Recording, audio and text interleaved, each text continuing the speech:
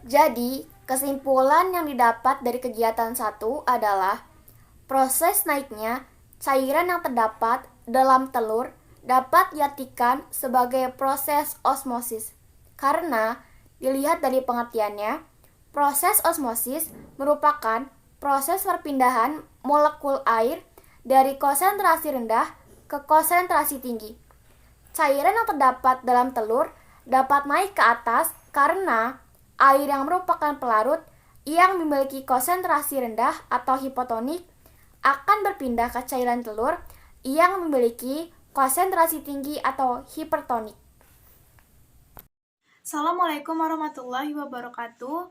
Nama saya Zaneta Negusri dari kelas 11 IPA 2. Di sini saya akan menyampaikan kesimpulan dari kegiatan 1, yaitu tentang uji osmosis pada telur, yang sebelumnya juga sudah disampaikan oleh Fadia. Air yang merupakan pelarut yang memiliki konsentrasi rendah akan berpindah ke cairan telur yang memiliki konsentrasi tinggi, melewati selaput membran telur yang selektif Pramble dengan melawan gradien konsentrasi melalui proses Mu regulasi.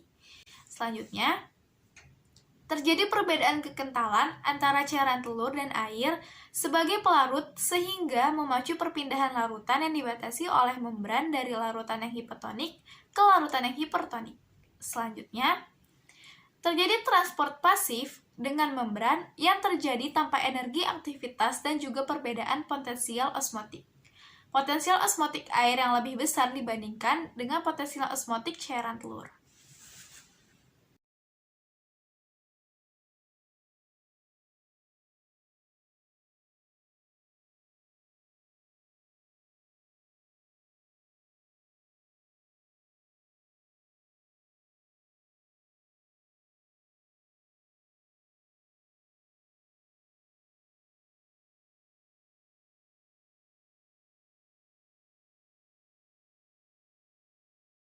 Kesimpulan dari percobaan difusi yang telah dilakukan, proses penyebarannya berlangsung lebih lambat dibandingkan dilakukan dengan pengadukan. Hal ini disebabkan oleh tidak adanya tekanan yang diberikan pada percobaan tersebut. Semakin besar tekanan yang diberikan, semakin cepat pula proses penyebarannya dan berlaku sebaliknya. Dari sini kita mengetahui mekanisme difusi sederhana, yaitu melalui membran langsung karena molekul-molekul yang berpindah atau bergerak melalui membran bersifat larut dalam lemak, lipid, sehingga dapat menembus lipid layer pada membran secara langsung.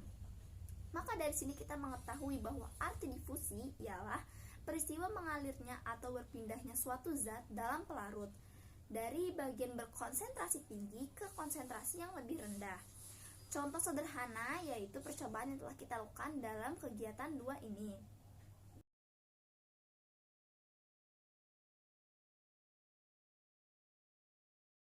Jadi kesimpulannya, ribosom bebas menghasilkan protein yang digunakan oleh sel.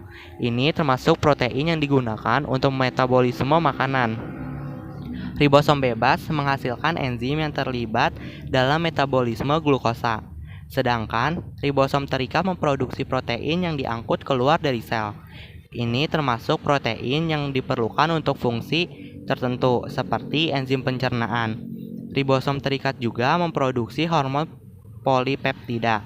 Beberapa protein yang diproduksi oleh ribosom terikat digunakan dalam membran sel.